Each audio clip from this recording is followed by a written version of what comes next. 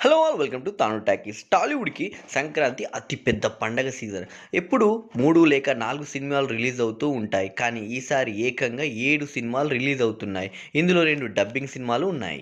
ఈ 7 సినిమాల బడ్జెట్ కలిపి దాదాపు 1000 కోట్లకు పైన ఉండవచ్చు అని ఒక అంచనా.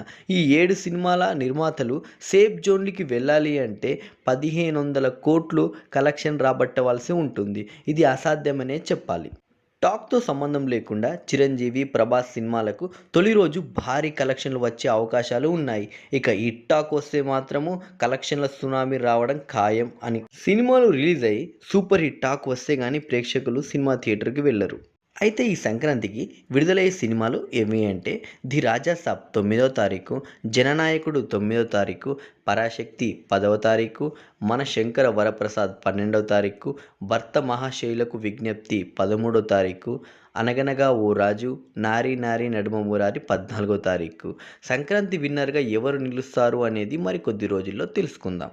ఈ వీడియో మీకు నచ్చినట్టయితే లైక్, షేర్ చేయగలరు. మరిన్ని మూవీ అప్డేట్స్ కోసం మన తానూరు టాకీస్‌ని సబ్స్క్రైబ్ చేసుకోండి. Please subscribe.